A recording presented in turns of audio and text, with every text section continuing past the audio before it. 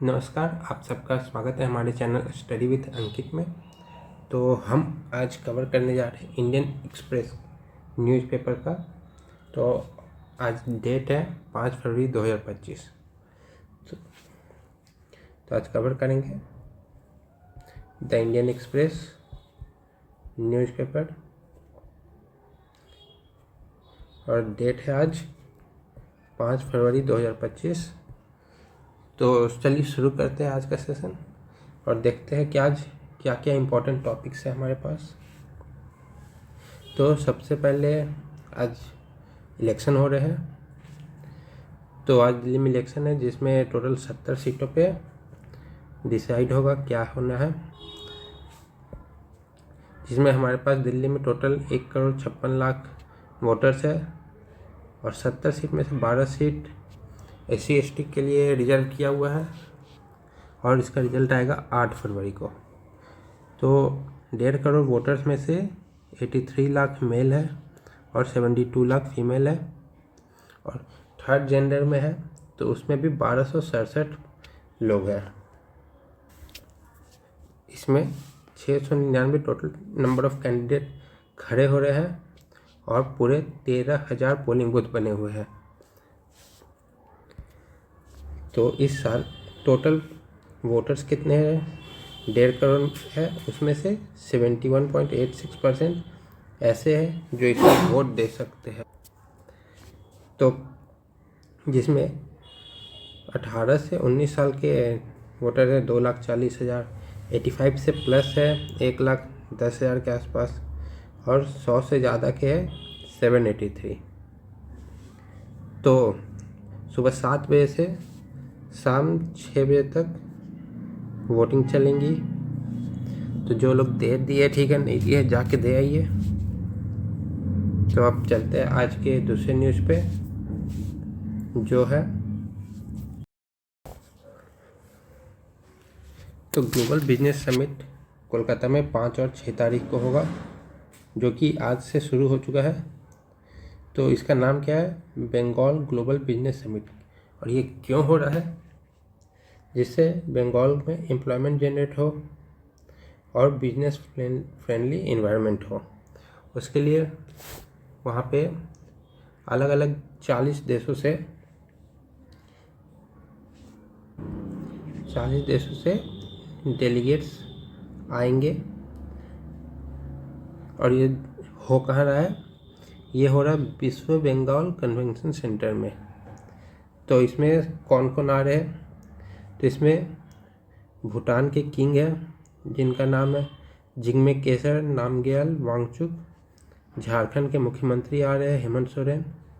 Business leaders आएंगे जैसे कि मुकेश अंबानी, सज्जन जिंदल, संजीव पुरी, ज्योत्सना सिरी और ऐसे करके टोटल 200 से ज़्यादा फॉरेन डेलीगेट्स भी मौजूद होंगे इसमें।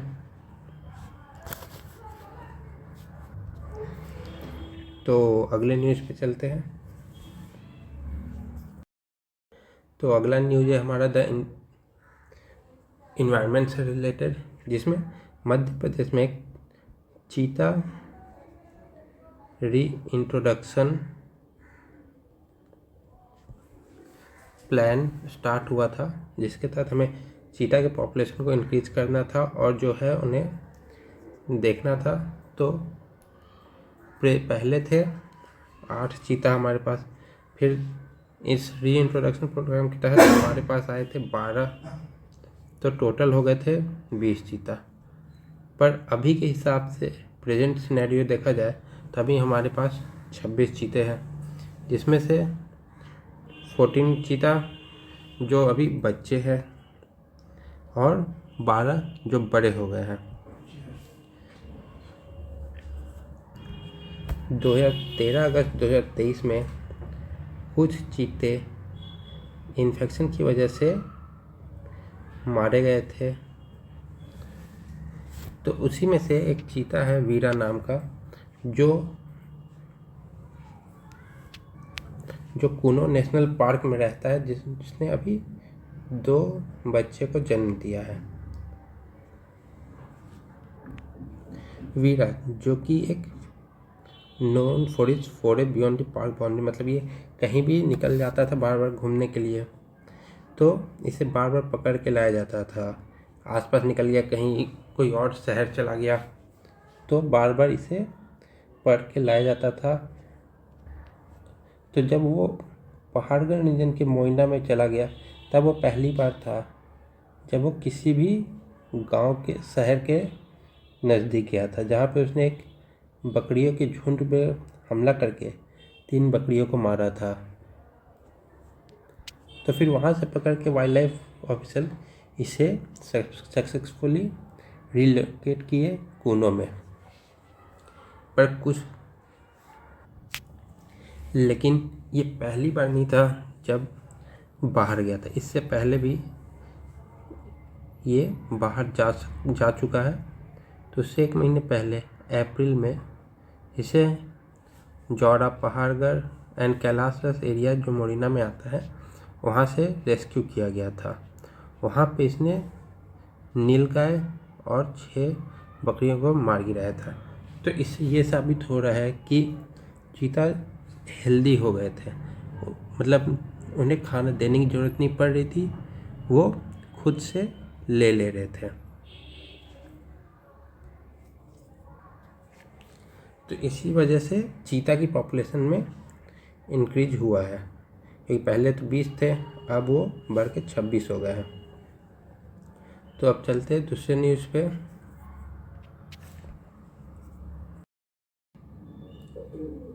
तो अगली न्यूज़ है जिसमें अमेरिका द्वारा भारत के इलीगल इमिग्रेंट्स को वापस डिपोर्ट किया गया।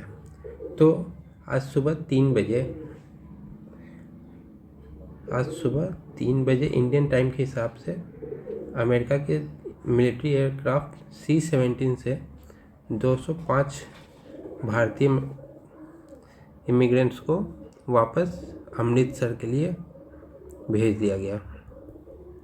तो सोर्स के हिसाब से ऐसा बताया गया है कि ज़्यादातर लोग गुजरात और पंजाब के थे, और ये इमिग्रेशन का काम शुरू हुआ था बाइडेन के प्रेसिडेंट होने के टाइम से, जिसमें ट्रंप ने पिछले साल 1100 को इमिग्रेंट्स को वापस भेजा था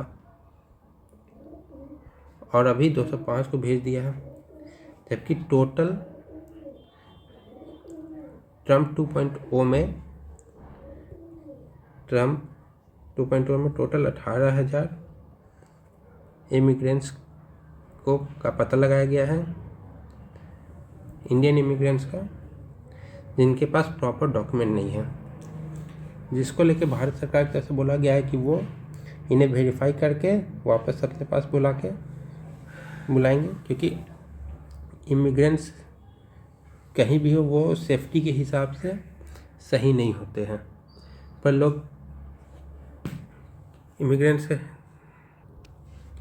लोग क्यों जा रहे हैं बाहर? क्योंकि यूएस में रोजगार है, शिक्षा है,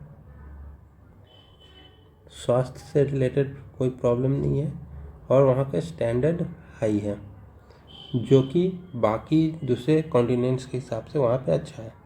लोग मैक्सिको, कनाडा भी जाते हैं।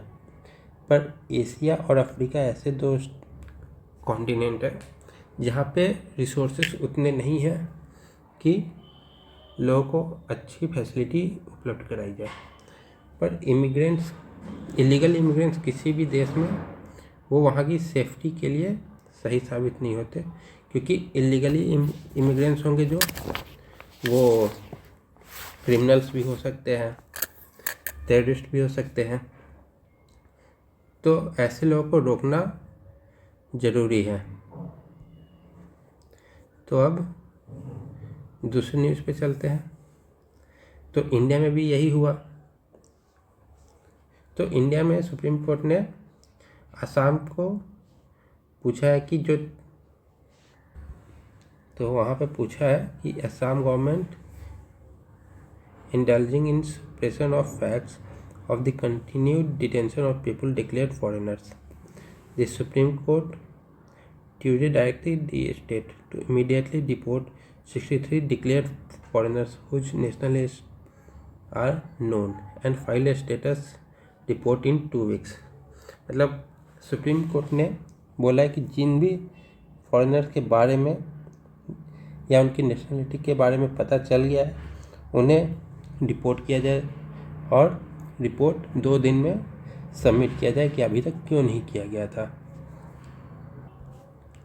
Questioning Assam explanation that the addresses of people declared foreigners were not available. Justice A.S. Oka, who was on the bench with Justice Ujjwal Bhuyan, told Assam Chief Secretary Ravi Kota, who appeared via video link, "You have refused to start deportation saying their addresses are not known. Why should it be our concern? You deport them to their foreign countries." तो उन्हें जितनी जल्दी हो सके उतनी जल्दी भेजना चाहिए।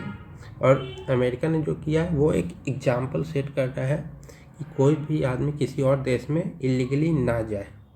जाना है तो लीगली तरीके से जा सकता है पर इलीगली ना जाए। तो अब अगले न्यूज़ पे आते हैं। तो जैसा कि अमेरिका ने 1 फरवरी को चीन पे 10% का टैरिफ लगाया था, तो उसको जवाब देते हुए चीन ने यूएस पे 15% का टैरिफ लगाया। जैसे कि कोल हो गया, लिक्विड नेचुरल गैस हो गया, उस पर 15% का है। कोल, लिक्विड नाइट्रोजन गैस पे 15% का टैरिफ लगाया है। कच्चे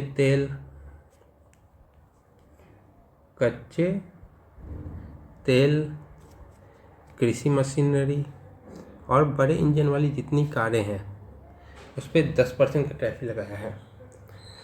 और भारत ने ट्रंप के टैरिफ से बचने के लिए, मतलब जो ट्रंप ने इंडिया पे ज़्यादा ना लगा, इसके लिए जो अमेरिका से सामानें आ रही है उस पर टैरिफ कम करना शुरू कर दिया है। जैसे कि 1600 सीसी से कम के जितने भी मोटरसाइकिल हैं या सैटेलाइट है, ग्राउंड इंस्टॉलेशन पे जितने भी सामानें हैं उन सब पे टैरिफ कम कर दिया है। और इससे ये होगा कि इंडिया का जो मार्केट है चाइना ज़्यादा खुल जाएगा, ओपन हो जाएगा,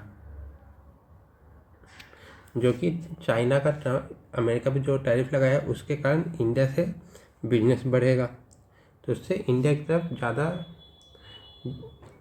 सामान सप्लाई होगा, तो इंडिया और अमेरिका का बिजनेस इंक्रीज हो जाएगा।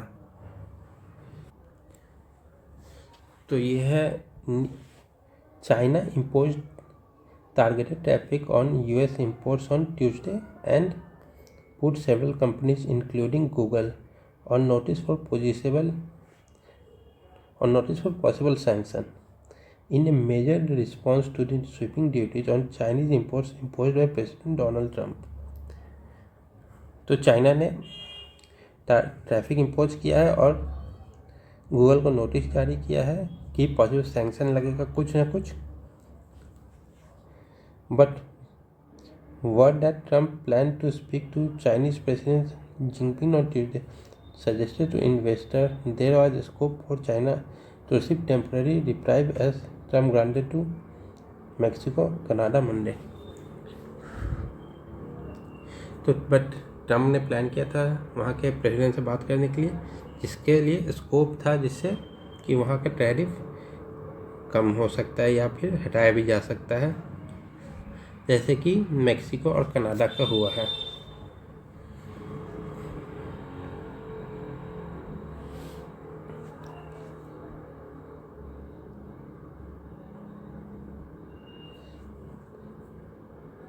Let's see what happens with the call today, Trump trade advisor Peter Navarro said at the political event. Earlier, White House spokeswoman Caroline Leavitt said that a call between the heads of the world's 2 largest economies will happen very soon। मतलब ये दोनों की बातें बहुत जल्द होने वाली है, ऐसा व्हाइट हाउस के स्पोक्स पर्सन ने बोला है। तो आज के लिए इतना ही रखते हैं, कल फिर देखते हैं क्या न्यूज़ है। तब तक के लिए थैंक यू।